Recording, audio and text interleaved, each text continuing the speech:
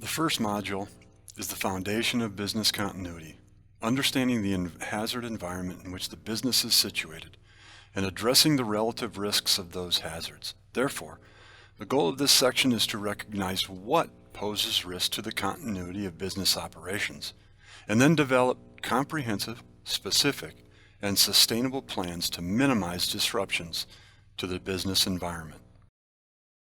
Assessing risk simply means identifying those situations that pose the potential of disrupting the flow of business. There are several reasons why businesses should assess risk, none more important than protecting the life, health, and safety of their employees and patrons. If your enterprise is situated in a particular sector, you are already aware of the legislative or regulatory requirements to conduct a detailed and formal risk assessment. Other businesses recognize the social impact of business disruptions and therefore feel a responsibility to conduct a risk assessment for whatever reason. The objective of a risk assessment should be to reduce the risk to its lowest possible impact on the continuity of business operations. If you asked different academic disciplines what constitutes a risk assessment, you might get several different perspectives. For example, an actuary would provide a mathematical equation, while a public safety officer would more than likely suggest the consequences of an incident reflect its risk. While the definition of, quote, risk assessment, close quote, is a mouthful, it is clear that several foundational elements emerge. Number one, information regarding potential hazards and their likelihood and consequence of occurrence. Number two, business operational priorities. Number three, courses of action that consider the likelihood or consequences matched with those priorities. And finally, the decision-making process that is used to consider the impact of those factors. There is a logical process to conduct a risk assessment, and it begins as you would imagine, understanding the business hazard environment. The next step is to make an assessment of those hazards in terms of their likelihood of occurrence and their potential consequences. The third step is to communicate that assessment to the relevant actors, and finally address those risks in a way that mitigates their impact. The completion of these steps fills out what is called the risk map, which is designed to reduce the loss of life and property, thereby maximizing business resiliency. We'll look at each of these separately. So before we get into the risk assessment model, let's lay some groundwork first by defining some principles. First, a hazard is any source of danger that has the potential, if it were to occur, to cause disruption in our normal business operations. For example, few, if any, would argue that ice storms are a potential natural hazard in our neck of the woods. Secondly, for our purposes, risk is the interaction of the likelihood of occurrence and the potential consequences associated with the occurrence.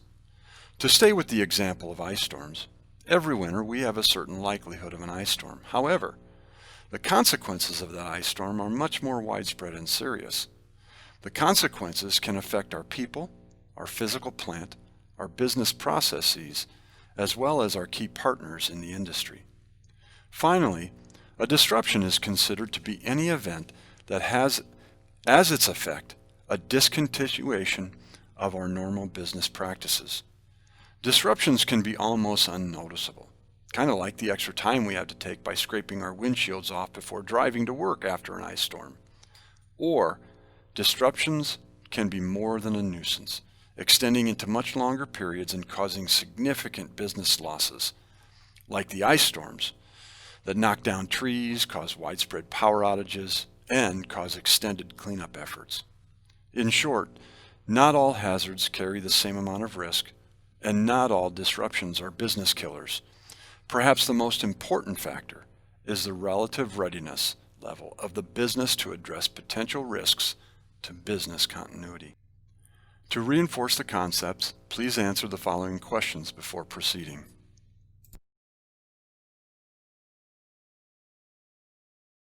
The answer is E, all of the above.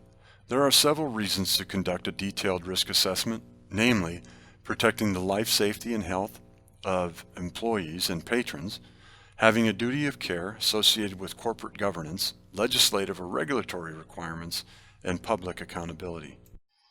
Answer the following question before proceeding.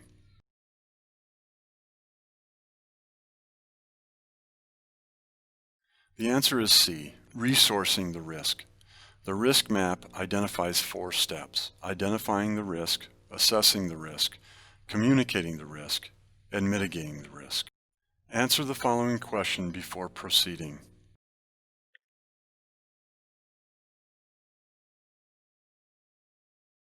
The answer is false. Not all hazards carry the same risk, and all risks do not result in significant disruptions. This creates a sliding scale that depends on the many factors, none more important than the relative level of preparedness to handle the risk. The first field in the risk management map is conducting a risk assessment to understand the environmental hazards in which the business is situated. Hazards can be classified into several different yet related categories. The list here is by no means exhaustive, so these slides are not meant to be used as a sort of checklist. The most commonly recognized hazards are those that are natural, things like fires, building and vegetation fires that impinge upon the wildland-urban interface, significant weather or geologic events, and especially in our area, flooding. Health hazards are another category that holds the potential to cause major business disruptions. For example, imagine the impact of losing 20% of your workforce for 5 to 10 days as a result of a flu outbreak at your place of business. Technological hazards are an emerging issue of the information age. Hardware and software problems, malicious hacking of information, and disruptions in utility service are considerable contributors to business loss. A couple of the more nefarious hazard categories are process hazards and remote hazards. Every business has certain processes that are critical to the accomplishment of business objectives. Anything that has the potential to disrupt those processes may be considered a hazard. Typically, supply or service failures in one business has direct or indirect impacts on others. Accordingly, incidents that happen in one area may have a significant impact on businesses in entirely different areas. So the key point to remember in all of this is this: risk identification is distinctive, in that every business in a certain location must conduct their own risk management analysis and then match available resources to the most probable risks, thereby addressing the most critical mission essential functions of the business. Answer the following question before proceeding.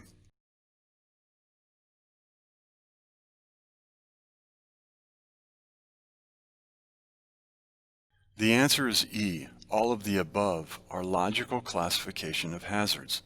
Hazards can be categorized as natural hazards, like weather events, health hazards, like influenza outbreak, technological hazards, for example, utility disruption, or process hazards, supply chain disruption. Also, remote hazards are those that occur in one area that affect businesses in another area. Answer the following question before proceeding. The answer is false.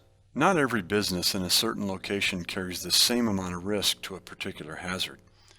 Continuity of business operations in a certain hazard environment depends almost entirely on matching available business resources to that specific hazard environment. The second field in the risk management map is assessing hazards in the context of the business priorities. The second step in the process, or the risk assessment, determines the relative seriousness of the hazards identified in step number 1. Now, not all hazards pose significant risk. For example, folks in Nebraska do not spend much time or money preparing for hurricanes, but we do for winter weather. Also, no business has unlimited resources to earmark for insurance or very costly structural flood mitigation projects. As noted earlier and reflected mathematically here, Risk is a product of the likelihood of occurrence and the consequences of the incident if it were to occur. Another method, the risk assessment matrix, plots hazards visually to prioritize those that carry the most potential to cause disruptions. Finally, one of the more reasonable ways to categorize the consequence factor in the equation is to consider what exactly is vulnerable to disruption. Are human resources vulnerable, as in the case of most health hazards? Or, along with human resources, are our facilities and equipment equally vulnerable, as in the case of a tornado? For us visual folks, a matrix is often used to easily graph potential hazards. The likelihood of an incident may be categorized as improbable, for example, a hurricane in Nebraska, through frequent, for example, a winter weather emergency. The consequence factor is further categorized in a continuum beginning with negligible, like an earthquake in Oklahoma, ending in catastrophic, like a direct hit from a spring tornado. Hazards that are plotted in the upper right-hand corner of the matrix are deemed high risk, while those plotted in the lower left are deemed low-risk hazards. As you would imagine, some hazards are absolutely unavoidable. We can't stop the earth from shaking or the waters from rising. And not every hazard represents a catastrophe in waiting, but the matrix provides a usable picture. This way, decision makers can identify the most likely hazards or those that pose the most potential for business disruptions, or a little of both. When events hold the potential to disrupt business continuity, it is important to assess the difference between primary mission essential functions, or PMEFs, and other business activities that are not necessarily critical to the business resiliency. In fact, identifying primary mission essential functions may be the single most important foundational element in the process. It is here that business leaders identify the critical functions necessary to keep the business running, if at all possible. Primary mission essential functions are defined as the responsibilities or tasks that are required to support the business and must be continuous, with minimal disruptions of no more than 12 hours. Primary mission essential functions are typically maintained and supported for up to 30 days without outside assistance. Answer the following question before proceeding.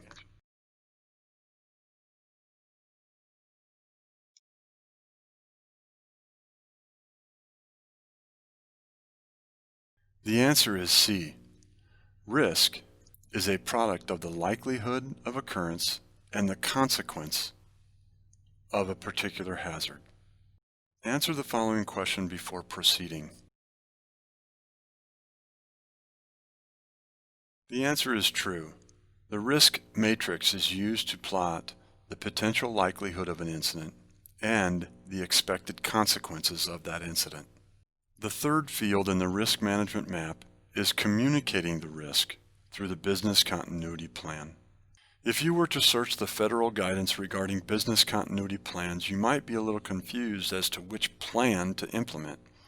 Suffice it to say that planning for emergencies and disruptions lead decision makers down a path toward preparedness, another term referring to an entity's capacity to respond effectively and efficiently to realized hazards.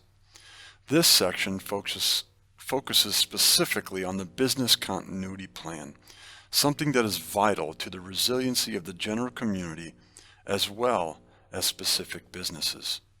Before we move on, it may be beneficial to dispel some confusion about what type of plan we're talking about. You may have heard it referred to as an emergency operations plan, an incident action plan, an emergency action plan, or emergency response plan. It is important to note that business continuity plans contain much more than these. The BCP is the comprehensive plan that addresses disruptions before they happen, as they are developing, and the necessary responsibilities to get the business back up and running. Whatever we call them, it must be standardized throughout the company, with an understanding that others outside the company may be talking about the same thing, only using a different term for it. The key decision makers and implementers of the plan must also be using standard terminology. Therefore, a foundational amount of training is necessary to ensure standardization. Finally, the plan is a living document that requires training and updating as business conditions change. So, planning in the public sector has received quite a bit of attention, and many of those principles apply to private enterprises as well. In terms of business continuity planning, it must begin with the safety and security of a business's employees and patrons. It also utilizes the primary mission essential functions that were identified in the previous step of assessing risk. The primary mission essential functions represent the operational priorities for business decision makers, as well as those business processes that require the most human and financial resources. The business continuity plan also identifies the other mission essential functions that support the primary mission essential functions. The business continuity plan may also formalize those business relationships that are critical to business continuity. In our digital age, some businesses cannot maintain operations without protecting both their physical space and their virtual space. All of this is meant to minimize downtime, which is the end goal of what is referred to as continuity of operations, or COOP. What is COOP? COOP stands for Continuity of Operations Planning, which ensures the continuation of critical primary mission essential functions of the company. Essentially, COOP optimizes the resiliency of the company by rationally analyzing what could happen and addressing the consequences before they are allowed to disrupt business operations. COOP may be implicit, kind of like, hey, the last one out locks the doors. Or it may be explicitly assigned. For example, a full-time factory safety officer assigned emergency operations duties. Most large companies require some sort of formal continuity of operations plan, while it has been found that the vast majority of small or micro businesses will basically figure it out when it happens. It may seem like there is way more stuff to be done than the resources available to do them when disasters strike. Continuity of operation planning prioritizes activities to protect life and property first. This may be as simple as strategically staging first aid kits or AEDs throughout the facility, or as complex as engineering and constructing safe rooms to be used to protect people from severe weather. Secondly, COOP priorities focus on minimizing the duration of any crisis situation. For example, facilities that produce, store, or otherwise handle hazardous materials are required to have certain engineered and constructed spaces that are meant to segregate and contain materials that may be released accidentally. COOP also prioritizes the protection and retention of vital business information, for example, client and supplier lists, employee contact information. Insurance policies are among the most important records that are oftentimes stored remotely to ensure their protection. The COOP also recognizes those key pieces of infrastructure on which companies rely, for example, water supplies, communication towers, fixed storage facilities, etc. They are examples of infrastructure that, if damaged, could prolong a disruption, and it is important to note that these priorities are not accomplished unilaterally, meaning that there is substantial overlap in accomplishing continuity of operations. In order to assure COOP, it must be communicated throughout a company, and every employee has a part to play in the continuity of operations plan. Answer the following question before proceeding.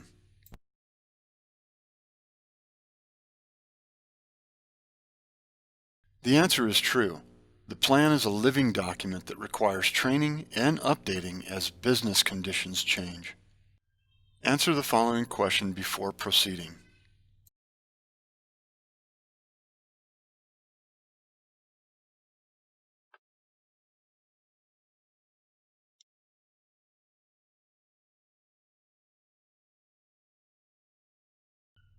The answer is D, all of the above. Among the most important elements of the business continuity plan are the safety and well-being of employees and patrons, critical business infrastructure, and the primary mission essential functions of the business. Also included are the communications procedures and the update and refinement of the business continuity plan. The fourth and final field in the risk management map is mitigating the risk, which means to either eliminate it altogether or at the very least reducing the impacts in the event an incident did occur. By now you should have gotten a sense that managing business risk through a sustainable business continuity plan reflects a program that either reduces the likelihood of an occurrence or reduces the consequences of an incident if elimination were impossible. Very generally, those efforts may be classified as either mitigation strategies or efforts to enhance the level of preparedness, thereby facilitating an efficient and effective response to potential disruptions. At this point in the process, the methodology moves beyond the mathematical or theoretical into the decision-making processes of company leadership. Risk managers generally agree that there are four logical strategies when dealing with risk. The first two, avoiding risk and accepting risk, really require no more than a recognition that risk exists and does little to either the likelihood or consequence factors in the equation. The other two are a little more proactive in managing risk. First, transferring risk is through insurance or other types of mutual aid agreements and is commonly accepted method and is rather ubiquitous. Business insurance or hazard insurance on mortgaged property are examples of transferring risk. It's important to note the magnitude of risk isn't affected by these strategies, it's only transferred. The rest of this section focuses on the fourth method of managing risk, which creates value in the business by mitigating the risk. There are two general categories of mitigation strategies, and the first is non-structural mitigation strategies, and we've already touched on one of them, transferring the risk through hazard insurance. But there are other non-structural mitigation strategies that communities and businesses utilize to mitigate risk. Perhaps the most notable non-structural effort is the development of the business continuity plan itself, a plan that identifies business priorities, primary mission essential functions, and pre-assigns critical roles and responsibilities during potential business disruptions. Education and training of personnel to handle certain emergencies and communicate problems throughout the business hierarchy are other non-structural mitigation strategies. Other strategies recognize the importance of building codes and other community policies and procedures to ensure the business is in the best possible position to prevent disruptions in the first place. Structural mitigation strategies, on the other hand, are oftentimes very costly, but are increasingly more effective at reducing, if not eliminating, risk altogether. Structural mitigation strategies focus on the built environment and sometimes require complex architectural, engineering, and construction expertise. The idea is to create a planned built environment that serves the business processes and protects against foreseeable hazards. In many situations, we take some of the structural strategies for granted. For example, when was the last time you noticed the shape and location of the fire suppression sprinkler heads in your work area? Most business, commercial, or industrial occupancies today are equipped with some sort of fire detection, notification, and/or suppression system. While structural strategies are somewhat costly, especially when compared to non-structural strategies, they are certainly worth their cost when the winds start to blow and the water begins to rise. Answer the following question before proceeding.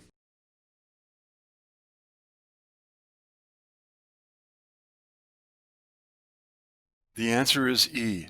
All of the above are methods of managing risk. Risk managers generally agree that there are four logical strategies when dealing with risk: avoiding risk, accepting risk, transferring risk, and mitigating risk. Answer the following question before proceeding.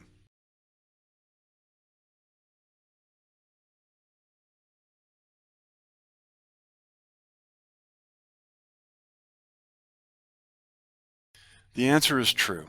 Education and training of personnel to handle certain emergencies and communicate problems throughout the business hierarchy are other non-structural mitigation strategies. Answer the following question before proceeding.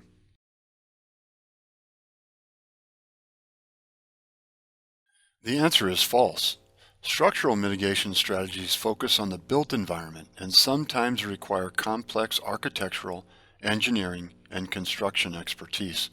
Structural strategies are somewhat costly, especially when compared to non-structural strategies, but they are certainly worth their cost when the winds start to blow and the water begins to rise. So, we've covered the first section of this training by looking at the risk management map that has four fields to consider. First, identifying the hazard environment in which the business is situated. Second, assessing those hazards in terms of their likelihood of occurrence and potential consequences, matched with the primary mission essential functions of the company.